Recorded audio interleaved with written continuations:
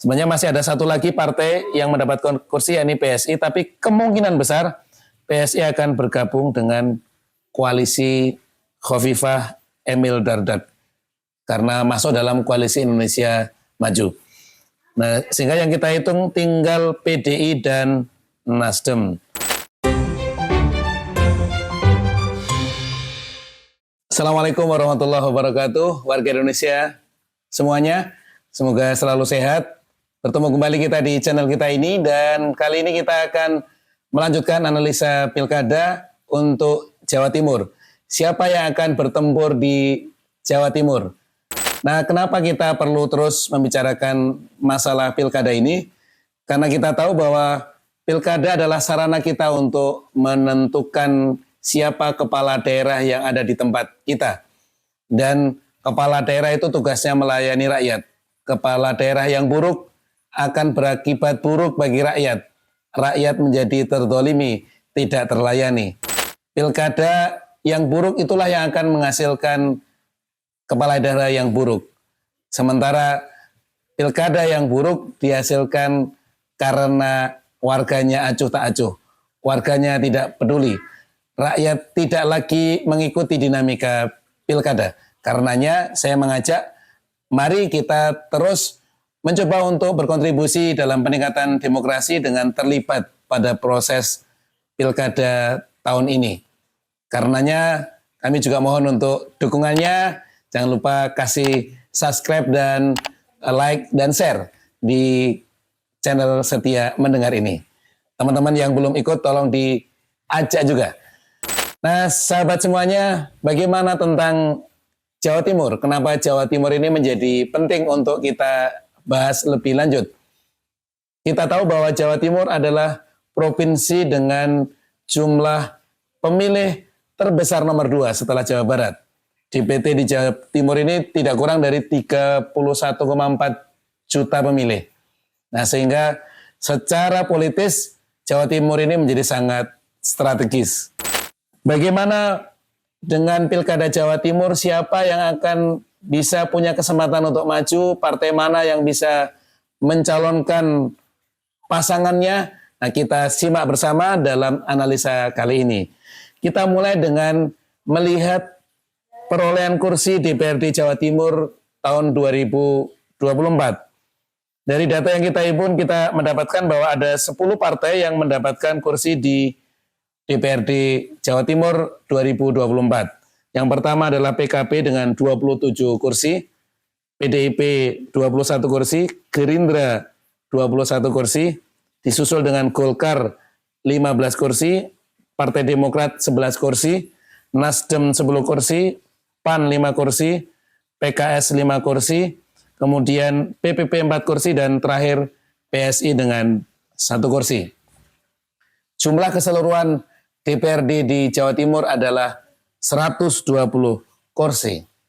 Syarat pengajuan pasangan calon oleh partai politik atau gabungan partai politik setidak-tidaknya harus memenuhi 20%, atau kalau kita hitung di DPRD Jawa Timur ini berarti 20% dari 120, artinya setidak-tidaknya 24 kursi. Nah, kalau mengacu kepada data yang kita sudah bacakan tadi, maka hanya PKB satu-satunya partai di Jawa Timur yang bisa mengajukan pasangan calon tanpa harus bekerja sama atau berkoalisi dengan partai yang lain. 9 partai berikutnya, termasuk PDIP, harus membangun kerjasama dengan partai yang lain karena belum genap 20%. Nah, selanjutnya kita bisa melihat juga perolehan suara. Ini sebagai gambaran basis suara yang ada di Jawa Timur oleh masing-masing partai. Kita ambil aja untuk partai yang mendapatkan perolehan suara lebih dari 1 juta. PKB Jawara dengan 4,51 juta, PDIP 3,73 juta, kemudian disusul Gerindra dengan 3,58 juta, dan Golkar 2,31 juta suara. Partai Demokrat mendapatkan 1,87 juta suara, Partai Nasdem 1,82 juta suara, PAN 1,31, dan PKS 1,3 juta suara. Sementara dua partai yang lainnya perolehannya di bawah 1 juta suara. Sahabat setia mendengar, kita juga sudah tahu bahwa di Jawa Timur ada gubernur dan wakil gubernur petahana yang sampai hari ini survei popularitas dan elektabilitasnya masih cukup tinggi. Sehingga partai-partai bersegera untuk merapat kepada sang petahana. Dalam hal ini adalah Bu Khofifah Indar Parawangsa dan Emil Dardak. Keduanya kemarin pada Pilpres sudah bergabung dengan Koalisi Indonesia Maju dan secara aktif melakukan kampanye pemenangan untuk Prabowo Gibran. Sehingga wajar bila partai-partai dalam Koalisi Indonesia Maju kemudian memberikan dukungan kepada Khofifah Indar Parawangsa dan Emil Dardak untuk maju pada periode keduanya. Nah, kalau kita lihat ada 4 partai yang memperoleh kursi di DPRD Jawa Timur dari Koalisi Indonesia Maju, yakni Partai Gerindra dengan 21 kursi, kemudian Golkar 15 kursi, Demokrat 11 kursi, dan PAN 5 kursi. Kalau di total jumlah kursi Koalisi Indonesia Maju di Jawa Timur ini berjumlah 52 kursi. Lebih dari cukup untuk mencalonkan pasangan Khofifah dan Emil Dardak mendaftar di KPUD Jawa Timur. Lalu bagaimana dengan partai-partai di luar Koalisi Indonesia Maju? Nah, kita masih bisa melihat selanjutnya ini adalah partai-partai yang belum menyatakan dukungan kepada Khofifah dan Emil Dardak. Pertama PKB, bahkan PKB partainya Gus Muhaimin ini menjadi partai yang berlawanan dengan Khofifah, berseberangan secara politik dan termasuk juga secara emosional dengan Khofifah Indar Parawangsa, sehingga kemungkinan untuk bergabung dengan koalisi Khofifah sangatlah kecil, kalau tidak dikatakan mustahil. Nah, sehingga kemungkinan besar PKB akan membentuk poros sendiri, karena juga PKB kalau toh berangkat sendiri sudah cukup untuk mengusung pasangan calonnya. Nah, siapa yang kira-kira akan diusung oleh PKB? Sejauh ini nama yang dimunculkan adalah Kiai Marzuki Mustamar, mantan ketua PWNU Jawa Timur. Kiai Marzuki juga aktif mengkampanyekan pasangan Amin pada Pilpres yang lalu. Nah, kalau figur Kiai Marzuki ini yang diajukan oleh PKB dengan 27 kursi, kemungkinan besar PKS akan bergabung di dalamnya. Karena sejauh ini PKS mendapatkan bantuan dari Kiai Marzuki untuk menjelaskan kepada masyarakat Jawa Timur khususnya atau jamaah Nahdlatul Ulama bahwa PKS bukan ajaran sesat.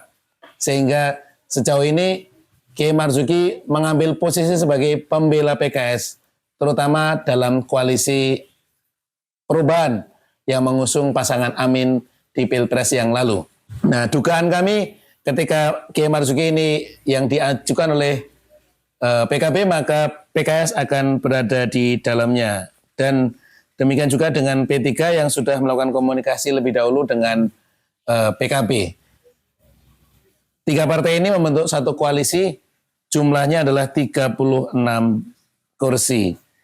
Sehingga masih tersisa PDIP dan Nasdem. Oh ya, sebenarnya masih ada satu lagi partai yang mendapatkan kursi, yakni PSI, tapi kemungkinan besar PSI akan bergabung dengan koalisi Khofifah Emil Dardak karena masuk dalam Koalisi Indonesia Maju.